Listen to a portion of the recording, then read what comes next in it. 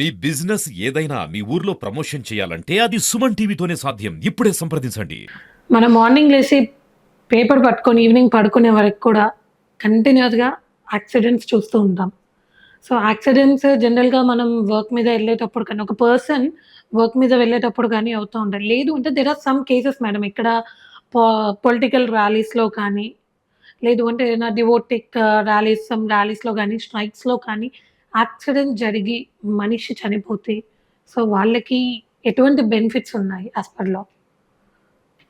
As per law benefits అంటే first accident అవ్వగానే like crime అనేది ఒకటి రిజిస్టర్ అవుతుంది by station house officer concern దగ్గరలో ఉన్న పోలీస్ స్టేషన్ లో కేసు ఫైల్ అవుతుంది. నెక్స్ట్ అది వచ్చేసి కోర్టుకి వస్తుంది కేసు. ఓకే. సో ఏమవుతుందంటే వాటిని ఎన్విఓపి కేసు అంటారు, motor vehicle original petition cases అంటారు జనరల్లీ. యాక్చువల్లీ ఈ యాక్సిడెంట్ కేసు వచ్చేసి ఓన్లీ డిస్ట్రిక్ట్ కోర్ట్స్ లో మాత్రమే రిజిస్టర్ అవుతాయి. ఓకే. లైక్ ఇప్పుడు మన భద్రాద్రి కొత్తగూడెం డిస్ట్రిక్ట్ ఉంది, మనకి ఇల్లందునో లేకపోతే పాల్వంచలోనో సమ్వేర్ అరౌండ్ కొత్తగూడెం డిస్ట్రిక్ట్ లో పక్కన ఏ పల్లెటూరులో కానీ పక్కన ఏ మండలంలో జరిగిన కేసు మాత్రం ఖచ్చితంగా డిస్ట్రిక్ట్ కోర్టులోనే రిజిస్టర్ అవుతుంది. నాట్ ఓన్లీ భద్రాద్రి కొత్తగూడెం అంటే ఏ డిస్ట్రిక్ట్ సంబంధించిన కేసు ఆ డిస్ట్రిక్ట్ లో అవుతుంది. ఓకే.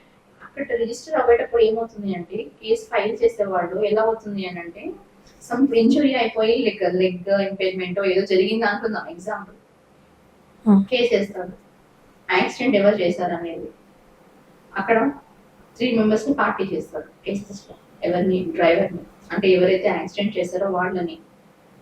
ఇంకొకరు ఇప్పుడు ఆ వెహికల్ ఉంటుంది కదా, ఆ వెహికల్ ఓనర్ ని పార్టీ చేస్తారు. ఓకే. అండ్ ఇన్సూరెన్స్ వాళ్ళని కూడా పార్టీ చేస్తారు. ఇన్సూరెన్స్ వాళ్ళని పార్టీ చేస్తారు. Like SBI life insurance, some etcetera etcetera insurances చాలా ఉన్నాయి మనకి. ఇప్పుడు ఆ వెహికల్ కి ఖచ్చితంగా ఇన్సూరెన్స్ అనేది ఉంటుంది, మ్యాండేటరీ. అప్పుడు ఏమవుతుంది అంటే 3 members ని పార్టీ చేయడం జరుగుతుంది. కేసు కంటిన్యూ అవుతున్న కొద్దీ ఇప్పుడు కాంపెన్సేషన్ అడుగుతారు విక్టిమ్ అనే అతను. ఇప్పుడు లైక్ ఇప్పుడు డెత్ కేసెస్ లో ఒక లెవెల్లో ఉంటుంది కాంపెన్సేషన్. పనిష్మెంట్ కి వెళ్ళాలి ఖచ్చితంగా అంటే పనిష్మెంట్ కే వెళ్తారు వాళ్ళు ఇఫ్ ఇట్స్ ప్రూవ్డ్. లేదు మాకు బెనిఫిట్స్ మీద అడిగారు కాబట్టి లాక్స్ లోనే బెనిఫిట్స్ ఉంటుంది ఇన్సూరెన్స్ వాళ్ళు. ర్యాలీ మీద స్ట్రైక్స్ మీద వెళ్ళినప్పుడు కూడా same what ever the case may be insurance వాళ్ళని ఖచ్చితంగా పార్టీగా యాడ్ చేయడం జరుగుతుంది. Like in accident cases only in accident cases. ఇప్పుడు ఏమవుతుందంటే క్లెయిమ్ చేసుకునే వాళ్ళు క్లెయిమ్ పిటిషనర్ అంటారు వీళ్ళని. ఎవరైతే ఇంజూర్డ్ అయ్యారో లేదా ఇప్పుడు డెత్ ఒకవేళ చనిపోయారు అనుకుందాం, వాళ్ళ ఫ్యామిలీ మెంబర్స్ కేసు ఫైల్ చేస్తారు. Like daughter, son, father, mother ఎవరో ఒకళ్ళు కేసు ఫైల్ చేస్తారు. కేసు ఫైల్ చేసినప్పుడు ఖచ్చితంగా ఇప్పుడు మెయిన్ టార్గెట్ వచ్చేసి ఇన్సూరెన్స్ కంపెనీ వాళ్ళనే చేస్తారు. అంటే ఇక్కడ ఒక మనిషి ప్రాణానికి అమౌంట్ తో ఇక్కడ కూడా సెటిల్మెంట్ అంటే if they wish compensation if not they will be punished. So what are the cases they are having? Like death కి generally it's for life imprisonment ఉంటుంది, more than 7+ years or life imprisonment ఉంటుంది death కి. Only injured అనుకుందాము 2 to 3 years పడుతుంది. Same thing compensation కూడా వస్తుంది. Compensation plus if they want to లేదు we need some law. ఏ కేసు అయినా కానీ civil or criminal any kind of case ఏమవుతుంది అంటే కోర్టుకి వెళ్ళాక కోర్టు అనేది ఒక ఆప్షన్ ఇస్తుంది. Will you sit and talk, ఏదైనా రాజీ ఉందా. మనకి ఇప్పుడు లోక్ అదాలత్స్ కూడా వచ్చాయి కదా. అవును. ఇప్పుడు September 30th కూడా లోక్ అదాలత్ ఉంది, నేషనల్ లోక్ అదాలత్.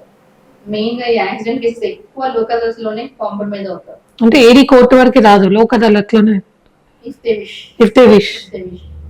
లేదు పనిష్మెంట్ అవ్వాల్సిందే ఖచ్చితంగా అంటే కేసు రన్ అవ్వాల్సిందే. బెనిఫిట్స్ సంగతి వస్తే వాళ్ళు ఇప్పుడు మీరు అన్నట్టు ఇంజురీస్ అవుతాయి చూసారు, వాళ్ళకి కాంపెన్సేషన్ అడుగుతారు ఖచ్చితంగా. కాంపెన్సేషన్స్ లాక్స్ ఉంటుంది. Okay. So for small injury also. అంటే బేసికల్ గా ఇది ఎలా ట్రీట్ చేస్తారంటే ఇప్పుడు నేనున్నాను ఎగ్జాంపుల్, నా ప్రొఫెషన్ లో వచ్చేసి నేను మంత్లీ ఇంత ఇన్కమ్ జనరేట్ చేస్తున్నాను అనుకున్నా. నా మంత్లీ ఇన్కమ్ మీద కాంపెన్సేషన్ అనేది డిపెండ్ అయింది.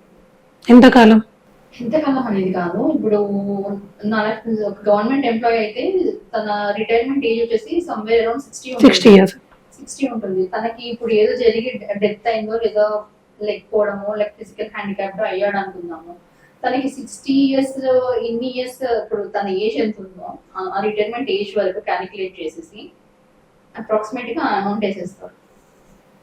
మాకు కాంపెన్సేషన్ కావాలి అని చెప్పేసి. But at finally it's courts description ఎంత ఇవ్వాలి అని. It depends upon the judgment. ఇప్పుడు 20 lakhs వేసాం అనుకుందాము. ఇప్పుడు నాకున్న ఏజ్ నాకు రిటైర్మెంట్ ఏజ్ వరకు నేను ఇంత ఇన్కమ్ మంత్లీ జనరేట్ చేస్తున్నాను, ఇయర్లీ నాకు ఇంత ఇన్కమ్ ఉందని చెప్పేసి క్యాలిక్యులేట్ చేసేస్తారు. చేసేసి ఎగ్జాంపుల్ 20 lakhs ఉందనుకున్నాను, 20 lakhs నేను క్లెయిమ్ చేసేస్తున్నాను. నాకు 20 lakhs తన వల్ల నాకు లాస్ అయింది, ఇప్పుడు నేను నా ఫ్యామిలీ అనేది నా మీద డిపెండ్ అయి ఉంది, నాకు ఇంత ఇన్కమ్ కావాలి, ఇప్పుడు అది లాస్ అయింది కాబట్టి నాకు ఇంత కాంపెన్సేట్ చేయండి అని చెప్పేసి నేను నా పిటిషన్ ఫైల్ చేయడం జరుగుతుంది. సో అదంతా ప్రూవ్ అయ్యాక 20 lakhs అన్న చోట 10 lakhs 15 lakhs అనేది court will decide. it will decide.